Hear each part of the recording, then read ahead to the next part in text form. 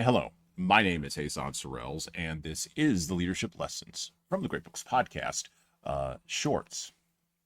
There's no co host on these Shorts episodes. These are now round 15-minute long ideas, thoughts, and sometimes rants from myself about what is going on at the intersection of literature, leadership, society, and culture here in the 21st century, because listening to me rant and rave for probably about 15 minutes is still better than reading and trying to understand yet another business book. On the cusp of July 4th in 2026 in America, I have a couple of thoughts. Over the last 120 years in the United States of America, it has become easy to dismiss the Founding Fathers and what they started in 1776. Progressives do it, ranging from former Princeton University president and former U.S. President Woodrow Wilson, all the way to current mayor of New York City, Zohran Mamdani. They have the desire to see the U.S. Constitution and the founding overall as a quote-unquote living, breathing document, a living, breathing revolution that must be molded to accommodate whatever the new appetites of new men are that have come down the pike over the last 100 years. Then on the other side of the equation in America, there are the libertarians, all the way from Calvin Coolidge to Rand Paul and Ron Paul, who view the U.S. Constitution as a document that not only isn't being ruthlessly followed, but also is a document that didn't go far enough at its founding in freeing men from the vagaries and the appetites of other men. The ease with which the dismissal of the work of 1787 rolls off the pen, the ease with which it rolls off the pen is stunning from all quarters. However, the most pernicious dismissals of the work of the founding come from people both on the political left and the political right who believe that liberal democracy and totalitarian communism have something in common, and that the demons that live in democratic and liberal world order assumptions have actually destroyed the American founding and destroyed the American project. They believe that 250 years later, we are wallowing in the totalitarian depths of a fourth American republic, in name only, of course, that is wandering irrevocably and inevitably toward the soft totalitarian cul-de-sac of European-style socialism. These theorists, pundits, politicians, and cultural influencers dismiss the efforts of the Founding Fathers as work that has moved from truth to fact, from hagiography to myth, and now has passed out of time in our own era. And yet, our elite thinkers, to a person, in our time, just as during the time of the founding of America, belittle, deride, and dismiss the move of the people in not a democracy, but the move of the people in a republic. And they are even more dismissive in our time, captured by the science that they have been given over the last 100 years of psychology and behavioral studies, that the idea that average human beings in a republic, well, they've been captured by the idea that average human beings in a republic can't really develop anything, much less keep the republic intact, that many of those same average human beings have died to save. And again, our elites, from the progressive left all the way to the anarcho-libertarian right, have been proved repeatedly wrong.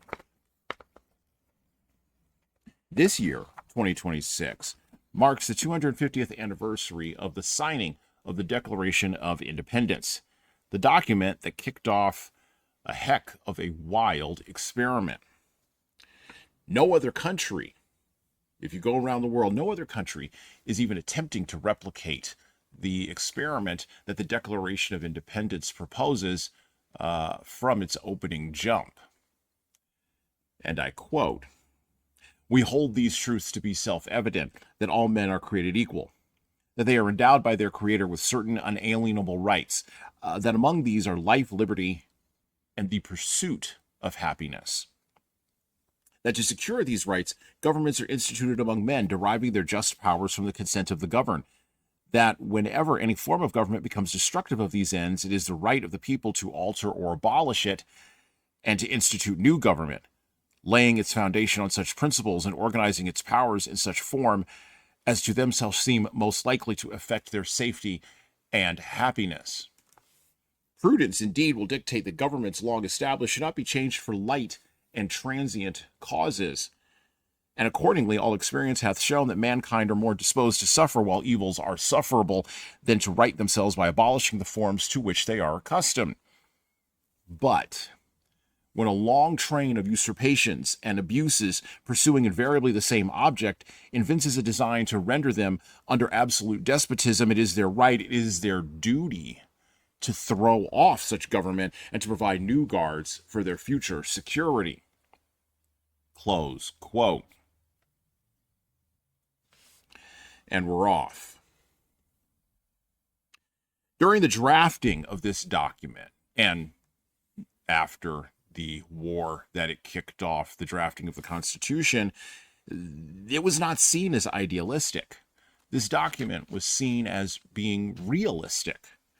It was seen as revolutionary, not just for the words of the document, but also for the challenge it cast down to the heads of the British system of parliamentary government, a monarchical rule, and for the challenge it cast at the feet of all those European nations who would follow in its wake, seeking to address, as it put, the train of abuses and usurpations by folks in power.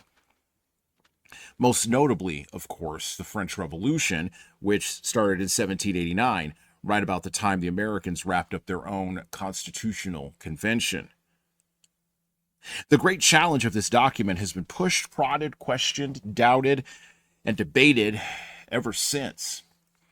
Faiths, ethnicities, races, classes. This is a question: can they actually, in lived practice, exist together in one unified nation without warring, without breaking apart, without factionalizing, tribalizing, and while pursuing, but not necessarily always getting, happiness? Can that actually happen? That has been the grand question that lies at the base of this raucous experiment that the Founding Fathers themselves doubted would last even 20 years after the Constitution, much less for the last 250. And now, at this time, in our era, in the lifetime of the people who are listening to and watching me now, we are embarking on yet another strange historical turn. America has come through yet another 80-year-long historical cycle that began in relative global peace at the end of the apocalypse known as World War II and ended in the ridiculousness of the COVID-19 pandemic. We have dragged against their will the naysayers, the skeptics, the elites, and even the common man through a confusing historical landscape over the last 80 years of wars, economic strife, presidential ambitions, technological wizardry, and entertainment spectacles that make the bread and circuses of the ancient Romans look almost tame by comparison. We have come through all of that and more, and we are now at the cusp. We are now on the brink of experiencing a new set of historical circumstances. America is changing as it ever has. The Republic is evolving as it ever does. The people inside of it are driving the bus, whether our elites want to admit it or not, towards a future that will be better than the past we just came through. All we lack in our time are the words, the soaring rhetoric, the appeals to the vision that our founders graciously lent to us. Partially, we lack this because of the ways in which our literacy has shifted over the last 20 or 30 years. Partially, we lack it because the people who deliver speeches, and even the people who write the speeches that they deliver, don't know how to write or deliver a vision. And partially, we lack this because our commonly held spiritual life is in deep flux. But despite all the problems, despite all the challenges, never, ever bet against the American people. We fight each other, for sure. We battle internally about the meaning of the deep inside baseball that is what it means to be an American exactly. We seem to always be at odds with each other if observed from the outside all the time. We're a confusing mishmash of differing opinions and verbal sparring. That is, until a spiritual or psychic click occurs somewhere far away from the internet where you're watching me now. We have built, guided, unguided by the elites who believe they rule us, and unenforced by the military and cultural might we reluctantly project. Once that click happens, once that clicks over, or as it is known these days among the kids, once a vibe shift happens, Americans, for the most part, all get silently on board with whatever the shift is, whatever the click is that has happened, having decided that the future is going to look, well, still a lot like the vision laid out in 1776 in the Declaration of Independence. And then we ruthlessly move forward to execute on the next step in that vision yet again, proving all the doubters, all the naysayers, and all the critics wrong just one more time. And well, happy birthday, America. That's it for me.